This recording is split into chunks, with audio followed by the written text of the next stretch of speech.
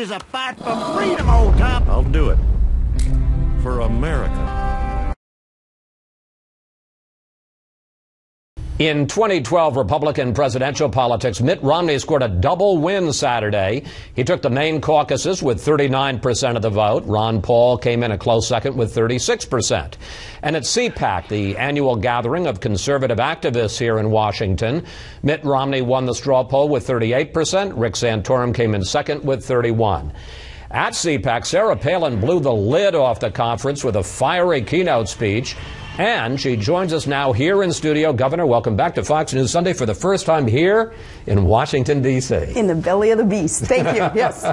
All right. Well, you blistered Barack Obama in your speech, and we'll get to that. You also had a message for the Republican establishment here in Washington. End the crony capitalism and bring the Tea Party into the congressional leadership. What's your point? Absolutely. Well, those Tea Party members of Congress now, they have fulfilled their promise to the people who hired them. They had promised that they would do all that they can to rein in the growth of government. And in some ways, they've actually been punished for fulfilling their promises. They've been ostracized. They've been dismissed. They've been lied about by the president. And we would hope that the leadership in Congress, especially within our own party, that they would start at least accepting and really appreciating what these Tea Party members have done, and I would like to see them in leadership positions. Who is, you talk about it, the Republican establishment? Who is the establishment? And is John Boehner part of the establishment? Is Mitch McConnell part of the establishment? And are they part of the problem? I consider anyone part of the establishment. Those who today are fighting to keep the status quo. Those who are allowing government to grow. Who are allowing the president that plastic credit card that's increasing debt. And they are not engaging in that sudden and relentless reform that we need in order to defend our republic, in order to get us off this road towards bankruptcy. So, for instance, the folks that agreed to raising the debt ceiling, the folks who agreed to tide the government over with one of these continuing resolutions, they're part of the problem? And maybe not one specific vote that they have taken, say, to increase the debt ceiling, but that culmination of votes and support for bigger government. They are part of the problem, and much of that does have to do with an establishment that doesn't want to see a lot of change in Washington, D.C., in our federal centralized government, because they're doing just fine with the way that things are going. Even though the American people aren't doing just fine, they're hurting, and they do want to see a change. What do you think of what White House Chief of Staff Jack Lew just had to say about the birth control flap and specifically about the idea of a health care mandate? I was shocked at the spin in his message. He sounded like the press secretary. And I don't know why we're not arguing yet the whole basic premise of this mandate, regardless of faith-filled Americans who are offended by this assault on their freedom of religion. And the basic premise of this is government, again, mandating to private employers and to insurance companies what they must provide. What gives government the right to tell us what we must consume, what we must purchase, what we must provide our employees? All right, but let's take a look at the overall picture, because you really were very critical of Obama yesterday in your keynote speech. The economy is improving.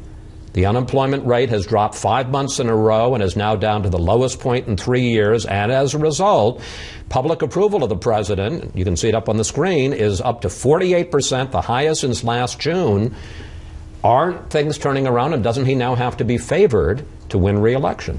I argue those unemployment numbers, by the way, that have been released, where we're looking now at 8.3% unemployment, when really the fact is people have dropped out of the search for employment right now. The numbers have changed. I think a lot of it has to do with people just kind of giving up on finding a job right now. And I think that true numbers would reflect that. Real unemployment is above 10%, according to the experts, the economists who are really crunching numbers. So I do argue what those numbers are. But no, you ask those 13 million Americans who still can't find a job. You ask those 46 million Americans who are living in poverty, and the 23% increase in government dependency that has really made our country suffer, because we're eliminating the opportunity for all to rise and to succeed in the private sector successfully because of this government growth and this dependency. You ask those people people if they things are turning around and getting better.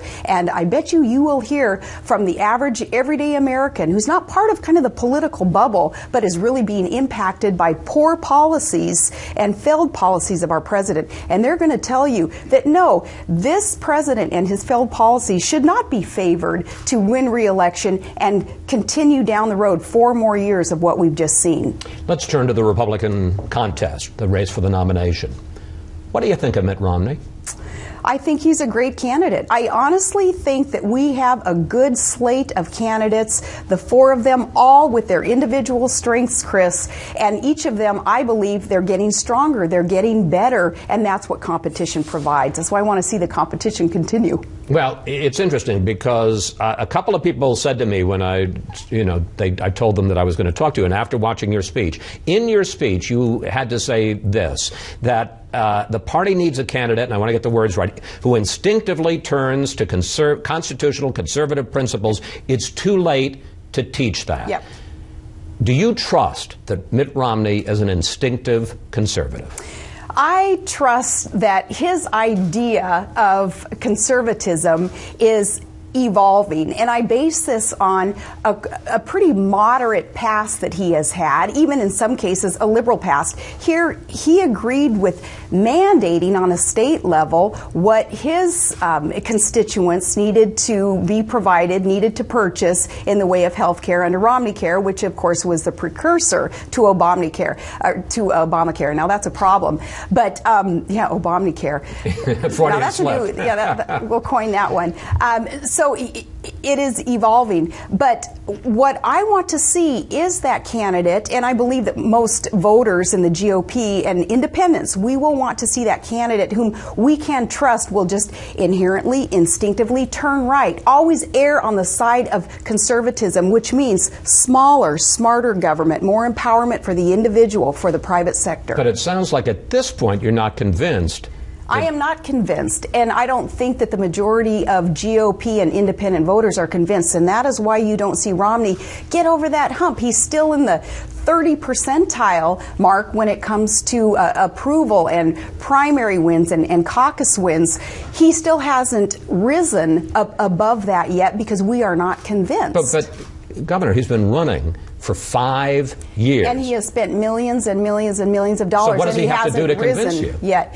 He still needs to be able to articulate what his solutions are to the challenges facing America, but not just Mitt. All 4 of them. They need to quit beating each other up. We already know that the left and the media allies to the left are going to beat up our candidates. They're going to attack their reputations. They'll attack their families. We don't need to do that job for them. We need to hear from our candidates the solutions. What is their plan to get us back on the right road in America? We haven't heard that yet. The discussion needs to continue until we hear that. How do you compare? You've been very honest about Romney. How do you compare Gingrich and Santorum?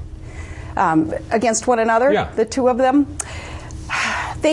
Again, everybody does have their strengths. Santorum has been quite bold about social issues that he truly believes in, and he hasn't shied away or backed off from his true foundational beliefs, and I respect that. Most people respect that. Newt has that historical perspective of how America was built, how we became so prosperous and safe and voluntarily generous, how we became an exceptional nation. That historical knowledge can be put to good use as we go forward. We have to know about our past in order to successfully proceed into the future. He brings that with him. Everybody has their strengths. I'm not going to go into their negatives because, as I say, they're already pointing out each other's negatives, and the left will do that too. They all have something to offer, and that is why this is a good democratic process in our republic. HBO. I love looking at your face. Yes. HBO has a movie coming out next month called Game Change about the 2008 campaign, and Julianne Moore plays Sarah Palin. Let's watch. Must we?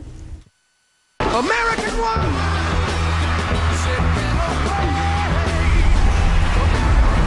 You know what they say the difference between a hockey mom and a pit bull? Lipstick. Does she do a good Sarah Palin?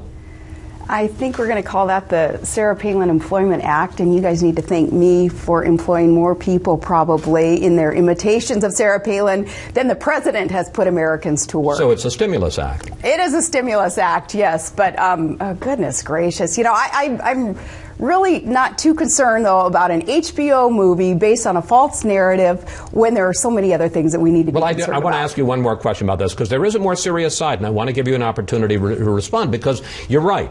The movie echoes the book in pursuing this narrative that you went into a funk during the campaign leading up especially to the debate. And I want to just show you some clips, because this is going to be out there. Take a look. It wasn't my fault. I wasn't properly prepped. I miss my baby. I miss sleeping with my baby. She's on the verge of a complete nervous breakdown. You're telling me what to say, what to wear, how to talk. I am not your puppet. Millions of people are going to see that. Well, I'm sorry that millions of people are going to waste their time, and I'm sure that they have more productive and constructive things to do. Is there any truth to that story? I was never in a funk. Thank God I have the right perspective on what really matters in life, Chris, and there's no need to ever be in a funk when you know what right priorities are and what really matters in this life. Are you angry? Are you upset that this story is going to get told and it'll get told to a much bigger audience? I am ambivalent about it. I honestly will not waste my time watching it, and I encourage others to find something else more productive to do. On a much more positive note, you have a wonderful article, I must say, that touched my heart in the latest issue of Newsweek magazine, and you can see it up on the screen, about life with Trig, your little boy, who's almost 4 now, my gosh, and has Down syndrome.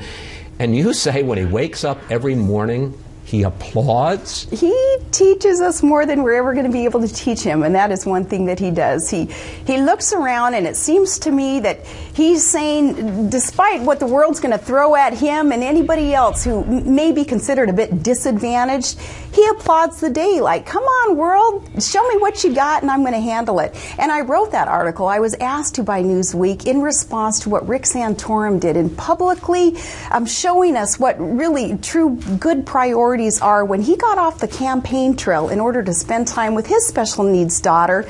And I thought that was a beautiful gesture and a wonderful public testimony of putting family first that Rick did. You say you don't teach him, he teaches all of you. Oh, he teaches us. And that he is a blessing. He teaches us. And Chris, Todd and I and Trig's siblings, we went from quite a fearful time, not knowing what to expect, to this time in our life that couldn't be any better, when we see and touch and are surrounded by such love coming from this child that, again, keeps us grounded, keeps everything in perspective, and allows just kind of all the rest of the stuff on the periphery to just go away and not matter so much when we get to focus on this blessing. Governor Palin, thank you. Thank you. Thanks for coming in. It's good to have you inside the Beltway in the real America. In the real America. Well, happy Abraham Lincoln's birthday to you, and may we remember what he thought about Washington and how he wanted to change Washington